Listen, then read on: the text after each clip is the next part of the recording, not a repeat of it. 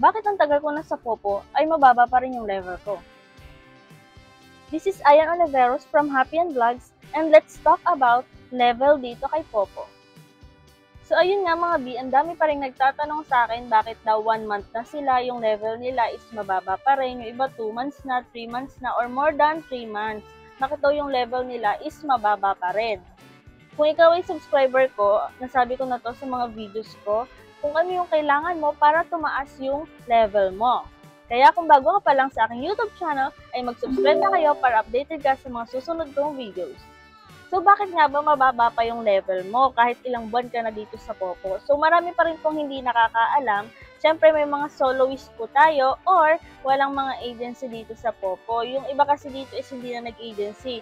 So yan din po yung disadvantage minsan kapag wala kang agency. May mga katanungan ka minsan na hindi mo masagot or walang makasagot kasi wala kang agency. So yun yung advantage kapag may agency ka, kapag may tanong ka is pwede ka magtanong sa kanila nang hindi ka nalilito.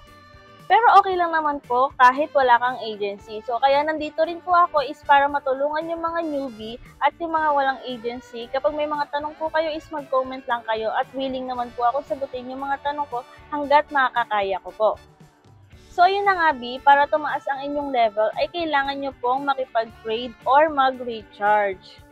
Ang pakikipag-trade po ay kailangan ng coins. So, kailangan mo talaga mag-recharge or bumili ng coins para makipag-trade. Pwede mo ring ilaro, malay natin lumago, diba? And then, kapag nanalo na kayo sa mga games, ay i-trade nyo na po. At alam nyo na yan, kung murang bilihan ng coins, ang hanap nyo ay i-recommend ko sa inyo si CocoDP. Si CocoDP ay isang top up website kung saan ay 24/7, mabilis yung transaction at mura lang po yung mga bilihing coins and diamonds. Pwede po siya sa mga live streamers and gamers.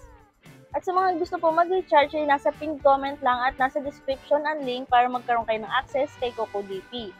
Mabilis lang naman pong bumili ng coins dito kay CocoDP. Pagka-click nyo po ng link sa pinned comment, ay mararedirect na agad kayo sa CocoDP at ang kailangan nyo lang po dito ay hanapin nyo yung Popo Live and then ilagay nyo ang Popo ID, tapos pumili na kayo kung ilan yung i-recharge nyo and then select payment method and then enter your email address and then click buy now at mararedirect na kayo kung anong payment method yung gagamitin nyo.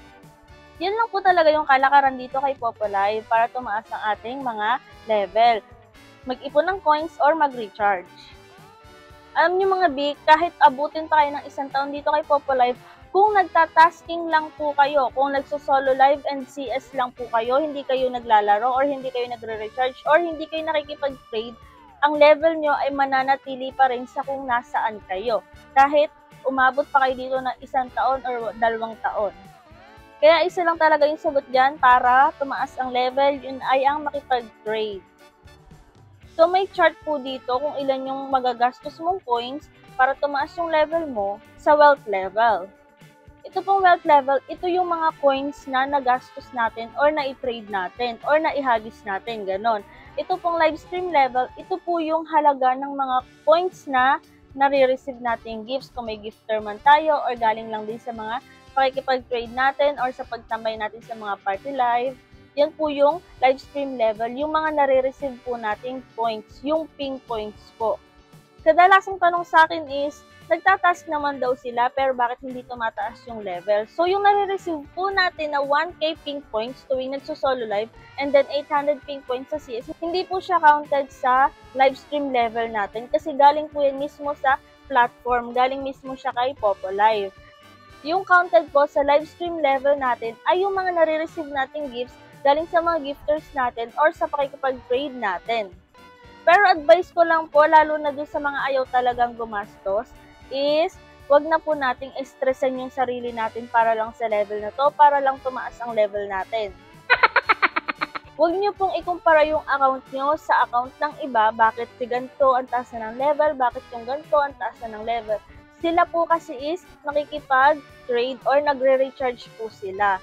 Kung ayaw nyo pong gumastos or mag-recharge, ay okay lang naman po yun. Huwag nyo na pong isipin yung level nyo. Ang mahalaga is nakakaipon kayo ng ping points.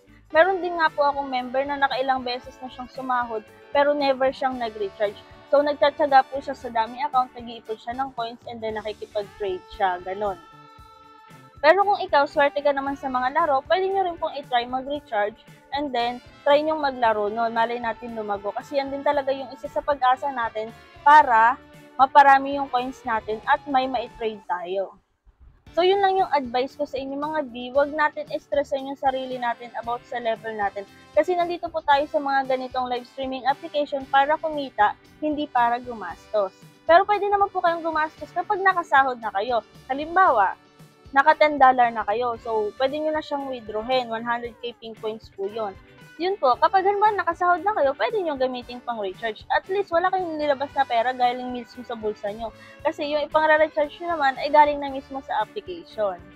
So, yun lang mga B for today's video. Huwag po tayong pa-stress sa mga ganitong apps. Huwag po natin tularan yung iba na na-addict na talaga sa kalalaro. Yun lang, and thank you for watching!